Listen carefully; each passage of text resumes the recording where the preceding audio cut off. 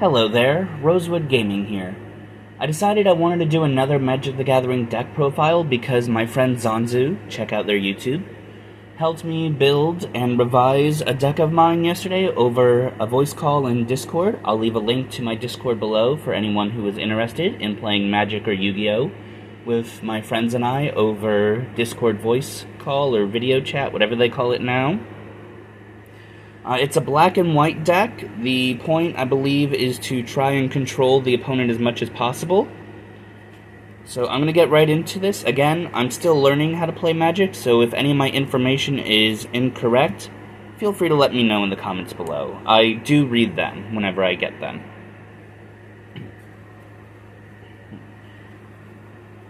So to start things off, we have 24 mana, we have 12 swamps, as well as 12 plains.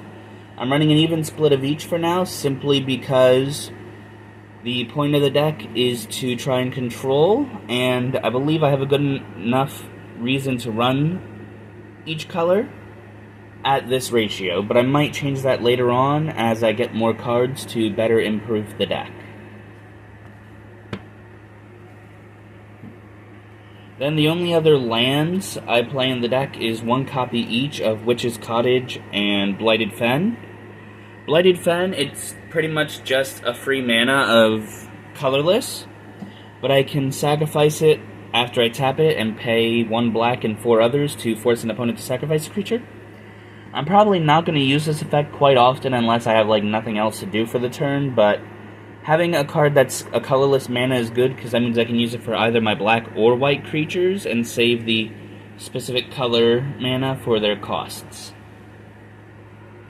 Then I have Witch's Cottage, which, while it comes in tapped unless I control 3 or more swamps, it's a free black land I can play, and if it comes in untapped, I can recover a creature from my graveyard and put it on top of my library.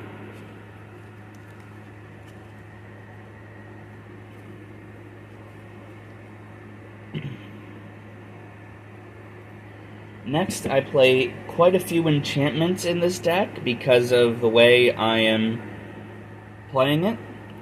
So I play 1 copy of Demonic Vigor. It gives an enchanted creature 1/1 and allows me to recover that creature when it dies. So it's basically like Magic's equivalent of Monster Reincarnation from Yu-Gi-Oh! In a sense, or Ribbon of Rebirth maybe, to be a better and more accurate representation.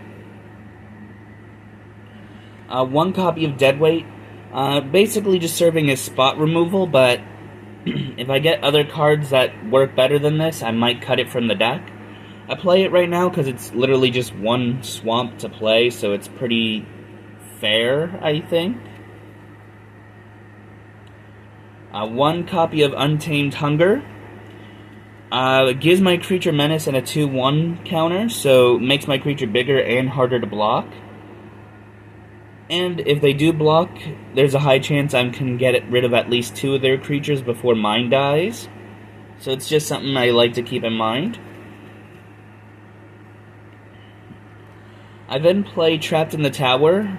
I would like to get more copies of this, to be honest, because, yeah, 2 mana does seem like it might be a bit much at first, but it can basically make any card on the field non-existent, and by any card I mean creature specifically, as the enchanted creature can't block, attack, or use its effects. Honestly, I wish we had stuff like this more in Yu-Gi-Oh! But almost any time we get anything like that, it either gets banned or limited, so that just goes to show the power difference in these 2 games, because as far as I'm aware, this is not limited at all. I then play 2 copies of Grasp of the Hieromancer. It costs 2 mana, 1 white, 1 of any other color, and gives the enchanted creature a +1/+1, but that's not why I play it. I play it for the fact that whenever I attack, I can force tap an opponent's creature, so theoretically I can prevent my opponent from blocking, or at least blocking with cards that'll easily crush my board. I then play 1 Echoes of the Kin Tree. Honestly, this is one of the cards I might cut in addition to Deadweight and Untamed Hunger, depending on how things go. Just because I kind of like Trap Tower more than it. but it's still a +1/+1, so makes my creatures stronger, just not as strong as some other creatures. Lastly, I play 2 copies of Knightly Valor. I play it more so just because it gives me a free token with Vigilance, but I mean, it also gives the enchanted creature +2/+2 with Vigilance, so makes my creatures stronger and more resilient and useful during combat, as not only can I attack with it, now I can also block with it without having to worry about leaving myself defenseless.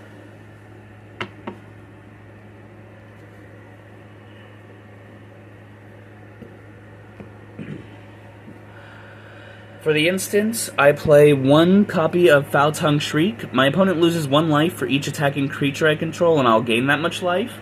Honestly, it's not that good of a card, so I might replace it later on in the future, but for now it's good enough for me to use, because at least it's life transferring. I then play 2 copies of Enshrouding Mist. Gives my creature, well, any creature, a 1/1, and it also prevents all damage to them. The Renowned effect doesn't really apply much to the deck, but just being able to keep my creatures safe for a turn or make them strong enough to beat over something, I honestly think this is perfectly fair to run, and since it only costs 1 white mana, it's not like I'm paying an arm and a leg for it. I then play 2 copies of Mighty Leap.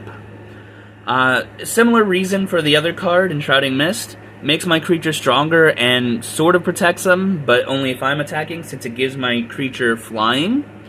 So the only way it can be blocked is with flying or reach, which I don't see much amongst the people on my Discord server.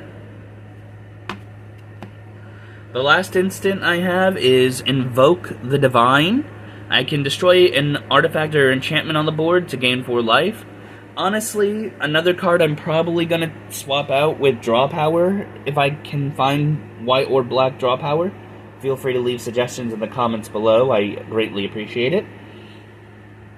But gaining 4 life, I guess, is fair, and if I have an annoying card on my board or my opponent has some kind of floodgate, I can easily get rid of it. As I recently learned yesterday that Magic has floodgates. The only sorcery I have in the deck right now is Mind Rot. I want to get more sorceries in this deck, if I'm being honest, preferably Draw Power, but honestly, just forcing my opponent to discard 2 cards is pretty nice. But it doesn't actually appear to help that often, because by the time I draw this, my opponent has more than likely used up most of the cards in their hand and only have 1 or even no cards remaining. So honestly, I would probably replace this with other cards, but I don't know exactly what yet. I then play 2 artifacts, 1 copy of Compass and 1 copy of Longboat. Longboat, it's just a creature that I can pretty much always have access to as long as I have any other creature on the board, since it's a crew 1. And it's a 3/3 with Vigilance, and it only costs 2 mana of no specific color, so it's very easy to get onto the board. Navigator's Compass is in a similar boat, where it costs just 1 mana of any color, gives me 3 life when it enters the battlefield, and I can change the color of my lands. So if I can, I would love to get more copies of this. Preferably, I would love to have 4 copies of this, because I can then have mana more easily accessible in my deck, regardless of the color.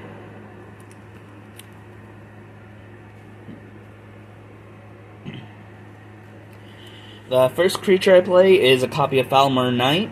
I kind of actually want to get more copies of this, just simply because it's a basically a free removal, because it's 1 mana and Death Touch. I'm not entirely sure how Profane Insight works. If someone wants to explain that to me in the comments below.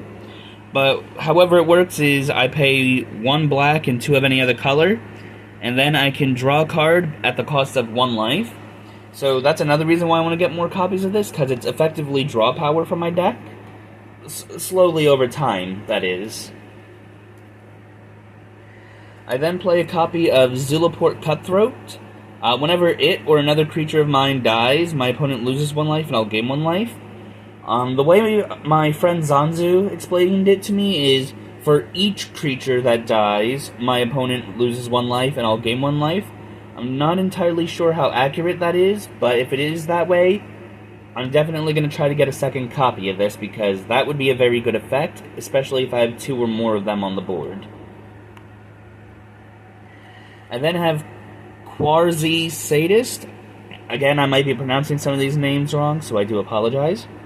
When she enters the battlefield, if I exploit a creature, my opponent loses 2 life and I'll gain 2 life.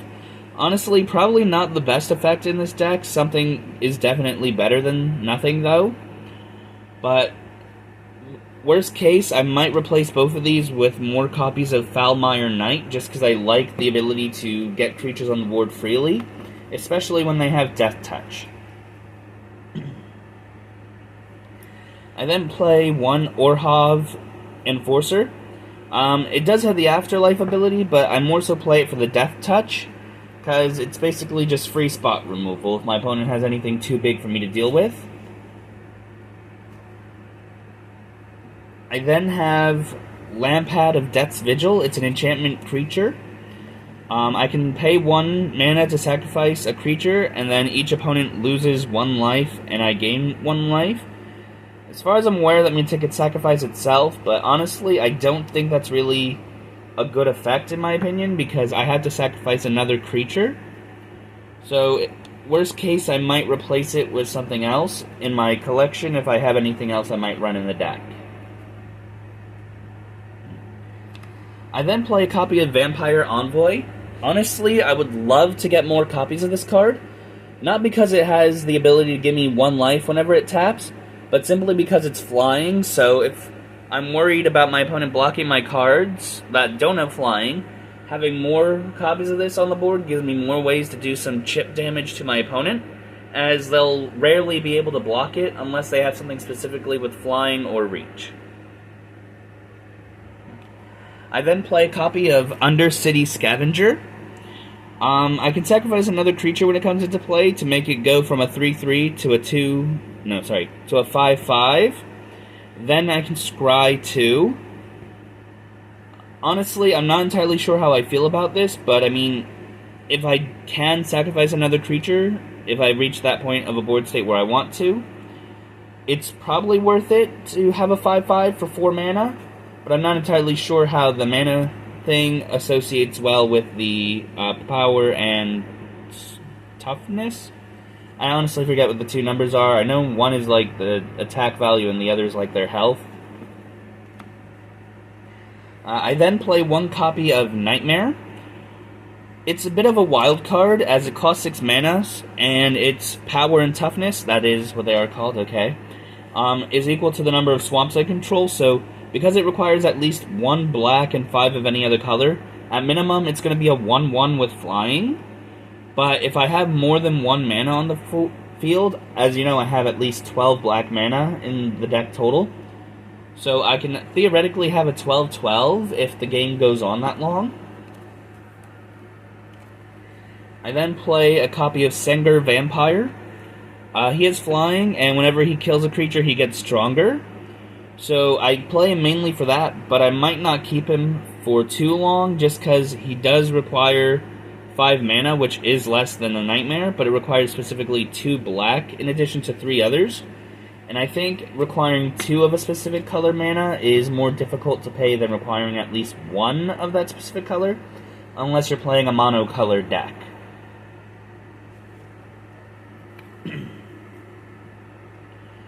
I then play 4 copies of Anointer of Champions. I mainly play it for the boost effect to make my other creatures stronger till the end of the turn, but if need be, I can use it to block, and it does at least deal 1 damage, so the opponent might not block it itself. So, at bare minimum, I'm always getting value off this card, especially since it's only 1 white mana to cast it into play, so that's why I run 4 copies, so I can at least have a creature I can play consistently in the white variety. I then play an Imperious Oligarch. I mainly play it because the deck is white and black anyway, so at least it has the synergy there. It does have Afterlife and Vigilance, so at least it gives me something I can use, even if it dies. I may try to find a better card for the white and black mixture, though. If anyone has any suggestions, you can leave them in the comments below. The last two cards I have in the deck, and the ones I primarily built around and would like to try to improve my deck focusing on, are Pestilent Spirit and Hixus Prison Warden. I like the Pestilent Spirit due to its menace and death touch, but also the fact that any instant and sorcery spell I control that would deal damage have death touch. So even if it deals 1 damage, that creature will die immediately. So I honestly want to try getting another copy of this so I can see it more consistently. And as I was mentioning before, I would try to mix up some of the instants and enchantments and stuff to replace with sorceries for draw power, but I would also do cards that add damage to them because of that death touch ability.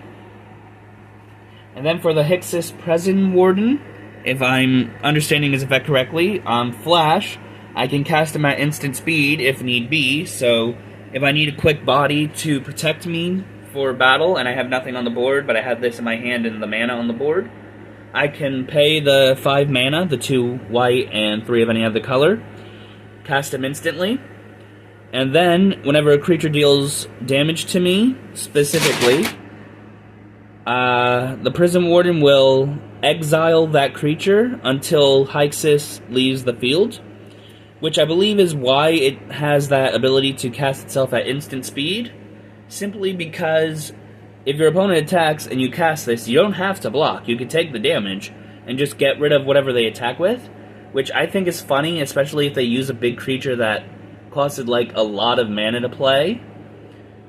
But yeah, so I don't know what to call this deck. I guess it would be like a white-black menace, death touch, whatever strategy. But I hope you enjoyed this video. Remember, if we reach 100 subscribers before the end of the year, I'm going to do a very special video for all you guys. Shout out to my friend Zhanzu's YouTube channel, as well as shout out to Tolarian Community College and Team APS. And I'm going to leave a link to my Discord in the comments below. Not comments, the information below. I can't remember what it's called at the moment, in case you want to join the server. See you soon.